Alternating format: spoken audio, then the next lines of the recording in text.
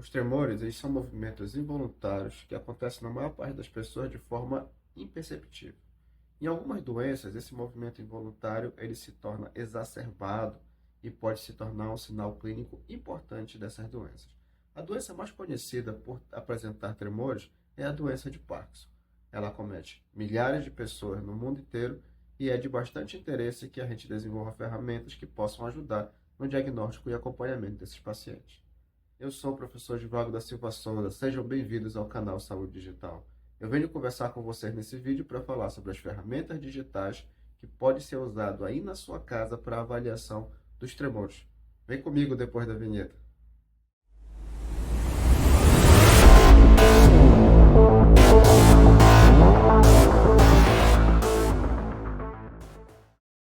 É muito importante fazer uma boa avaliação do tremor na pessoa que tem esse sinal dentro do curso de uma doença.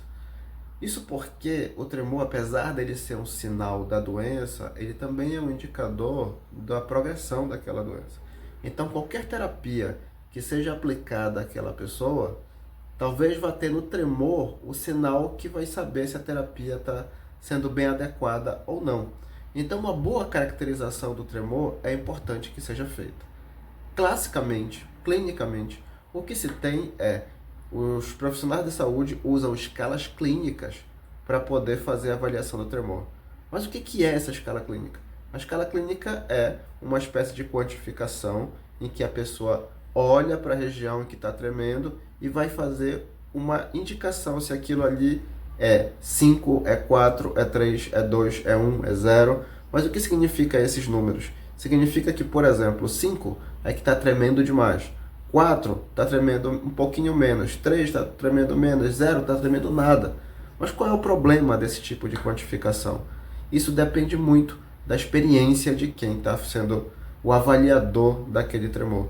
Então, se a pessoa já teve uma experiência muito grande, já teve uma experiência de saber o que é um tremor muito exagerado e um tremor mais fraco, talvez ela tenha uma boa capacidade de poder dizer que aquilo é 5, 4, 3, 2, 1.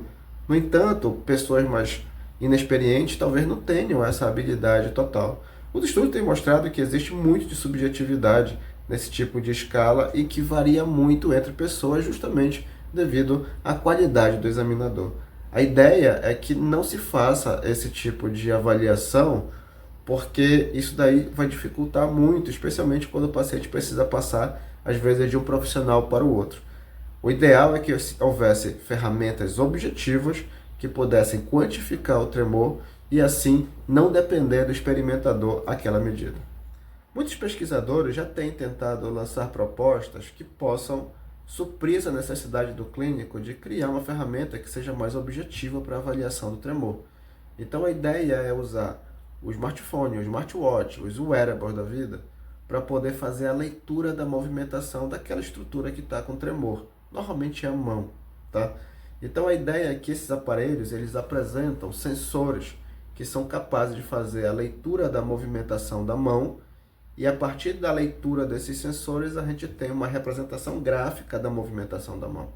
E aí a gente pode ter o uso de ferramentas matemáticas que nos permitem dizer com que frequência a mão está tremendo e qual é a amplitude desse tremor. Isso se torna informações muito valiosas para poder fazer um acompanhamento do tratamento do paciente e saber se depois da medicação ou da fisioterapia esse tremor ele aumentou, se ele diminuiu ou se ele se manteve igual. Então, como é que tem sido feita essa avaliação do tremor usando esses aparelhos digitais que a gente tem em casa? A literatura tem feito uma série de propostas, tá, pessoal, de usar esses aparelhos para poder avaliar o tremor. Sendo que o smartphone é o aparelho que o pessoal mais gosta de fazer propostas, justamente porque se tem maior acessibilidade a ele. Então, uma das formas de usar o smartphone para fazer a avaliação do tremor é prendendo o smartphone na região de interesse. Então, aqui eu tenho um exemplo em que a gente prende o smartphone na mão da pessoa, usando fita elástica, usando bolsas, usando fitas dupla face. Não importa, às vezes só segurando o celular também.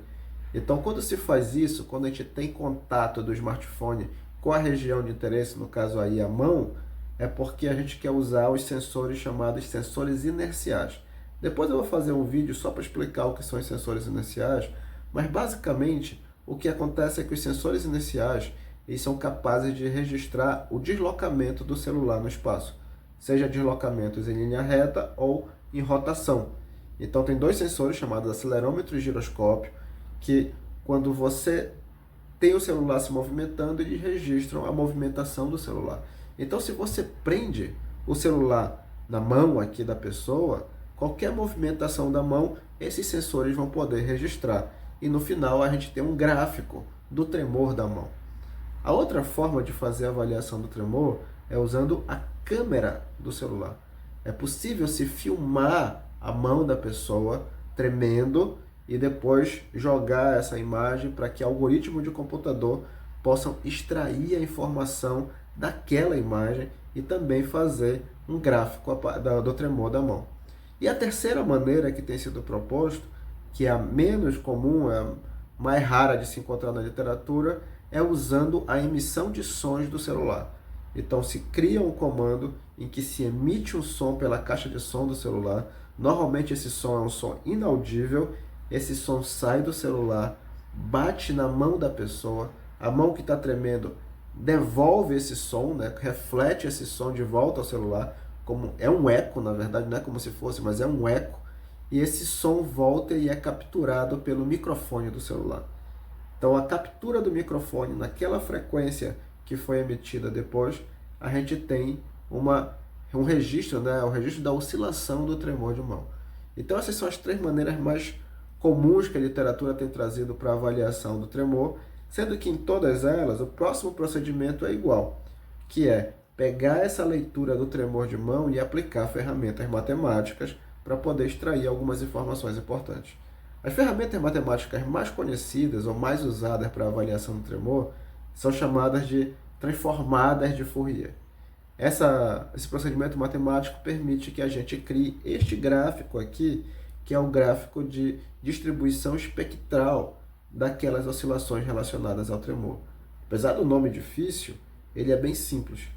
Essa linha que você está vendo, que vai aqui embaixo, depois sobe, depois desce, ela representa a energia do tremor em diferentes frequências de oscilação. Vocês podem ver que tem uma frequência que a energia é maior do que as outras. Então essa é a frequência dominante do tremor. E o tamanho dessa energia é a amplitude do tremor, é o quanto o tremor é forte ou fraco.